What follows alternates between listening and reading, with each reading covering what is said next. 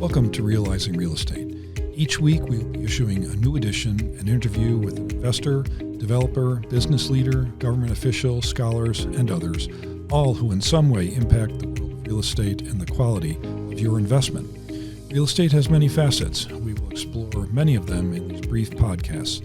Every one of our guests will be interviewed in greater depth and length on our weekly radio show, Our House, which is broadcast every Saturday at 9 a.m. on WBN 930 a.m. and 98.5 FM HD3 in the Buffalo Niagara Marketplace, but is accessible anywhere in the world on the Odyssey app or at WBN.com. All of Realizing Real Estate podcasts are available at the iTunes Store, and our House radio shows are archived on our blog at huntrealestate.com. Join us every week and give us your feedback and suggestions for future topics, also at huntrealestate.com.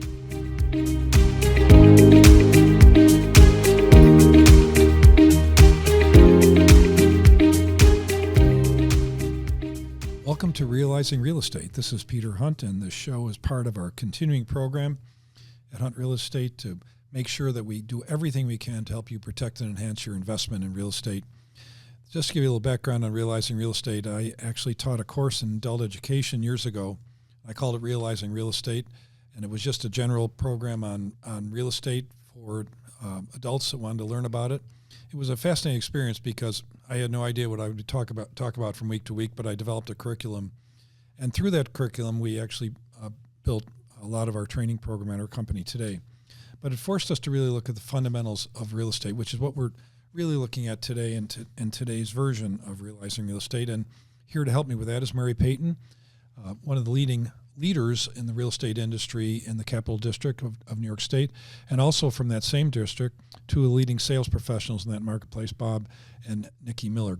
Good afternoon, everyone. Good afternoon. Good afternoon. It's good to have you here.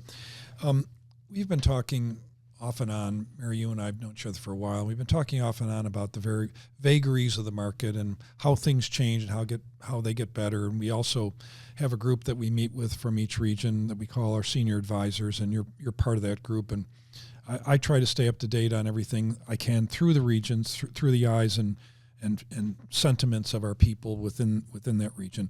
How would you characterize the market today in late 2024 in terms of what's really happening and what's happened over the course of 2024 and perhaps back into 2023? So the market today is very people are very set. It's a very HGTV market. We take a buyer into a home, and the house looks on HGTV. It's neat, it's clean, it's all updated. We will end up with a house that's in multiple offers. And if we take them into a house that has a couple of bruises and bangs and needs some work, they, in their head, instantly get a big price tag, get scared, and don't want anything to do with it. So we really advise our sellers to make sure that they've got their houses in the best possible shape. The outsides look great. They're very attractive. The insides are all updated.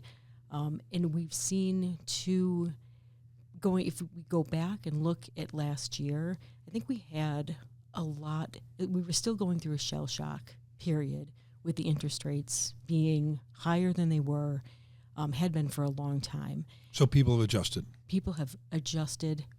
I don't hear that anymore.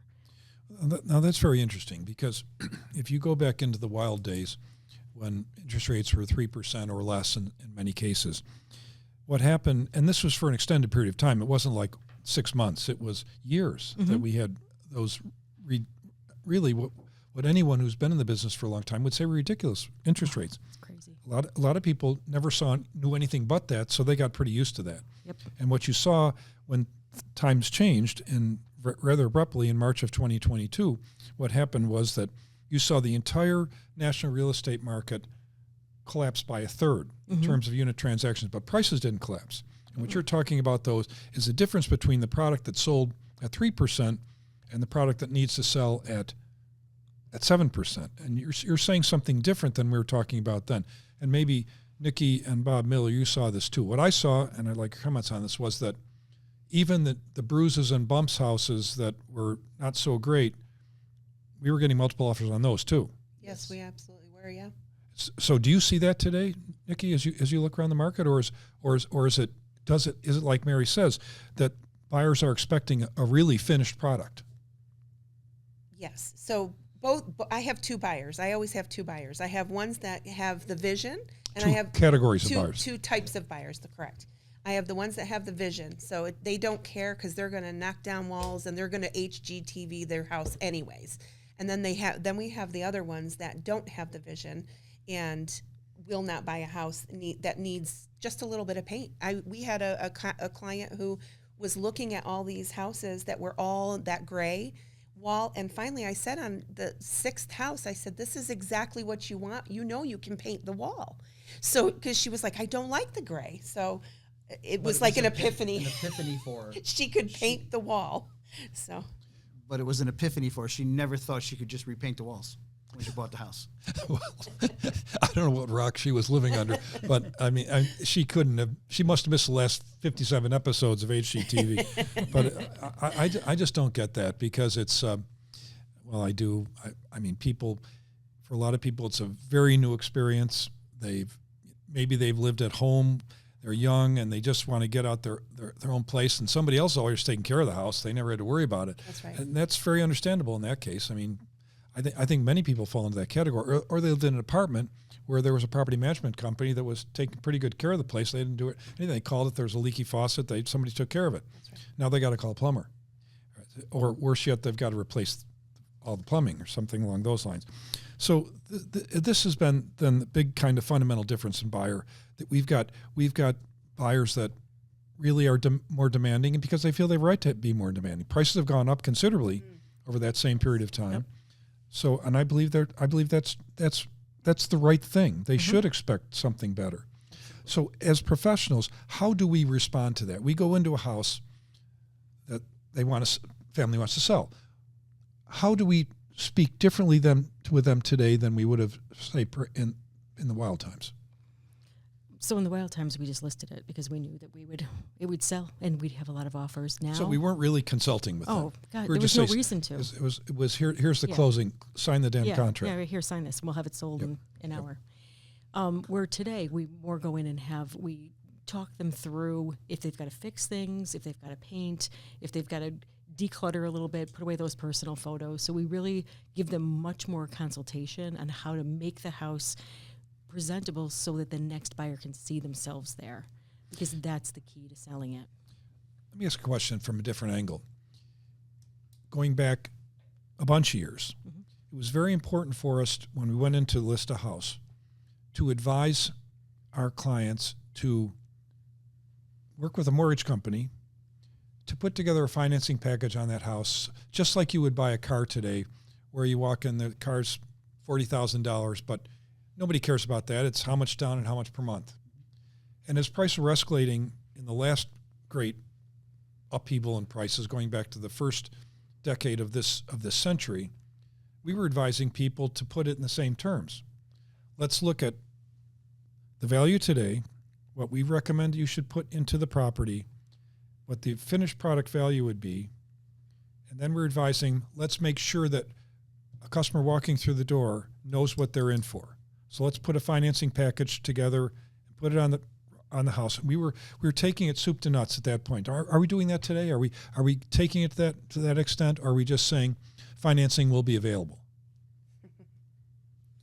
So for us, we like to partner up with Hunt Mortgage. And honestly, so we prepare that documentation that has the different products that you guys provide us, and we bring that into our listings. On the listing, it's when you're listing the house itself. Yeah, we do. So you show the seller what the buyer's going to experience. Yes. Or generally speaking. Yes. Yeah. And then a lot of times, Bob and I, because we are a team, I bring him in and I farm him out. So he's the advisor. He's the consultant. I'm the You're the advisor, but he's the one painting the walls and doing the work that they don't want to do. Yeah. He's the manual labor. Okay, well, that's good. That's a great team. Anyway, there's a bunch of things I'd like to talk to you about today, but what I'm going to do is ask you to come back for another version of this down the road a little bit. But I think it's important that our listeners understand, people watching this perhaps on social media, they understand that it's a different world today, and buyers and sellers are behaving differently. We've talked a lot about the impact of the lawsuits and the settlements and how we have to consult differently with buyers and sellers relative to the whole agency relationship, what they're going to be obligated to pay and why, and what value they're getting. But here's the key, and we're all talking about this. One last comment from each of you on this. How important and how do we sell that value difference today that might not have been necessary when things were so wild or seemingly easy as the outside looking into our industry? How are we selling ourselves? How are you selling the additional value that you're providing? What is it that you're selling differently today than you might have sold when interest rates were 3% and there were 10 buyers waiting to buy that house? So there are so many facets that we do as an agent. We hold your hand from start to finish. So we make sure that you are protected all the way, because there are just so many bumps and hiccups along the way. We have a full team of vendors. So we have the contractor, we have the home inspector, we have the attorneys that you're going to need. So we have everybody, and we make sure that you are being protected the whole way. How instead of important, doing it to yourself for yourself. Fundamentally, the biggest complaint we've ever had in history in this company, and I think probably any real estate company across the country, is that a lack of communication. Huge. Now that market time's getting a little more extended, it's not automatic that a house is going to sell, as you described, say from Thursday to Sunday, and you're going to have 10 offers. That will happen, but not on every house. Right. And we're seeing inventories across the whole state grow, which means that if there's the same number of sales, it means that there's going to be longer market time. And maybe there will be negotiation on prices. So how do we deal with that situation? What's the difference in communication? How important and how do we communicate with people at that stage of the game? So communication's the most important thing, one of the most important things that we do, because we want to make sure that people know exactly what's going on. They know exactly what kind of feedback we're getting. They know what's happening, how many buyers we've had through the house, all of the important things.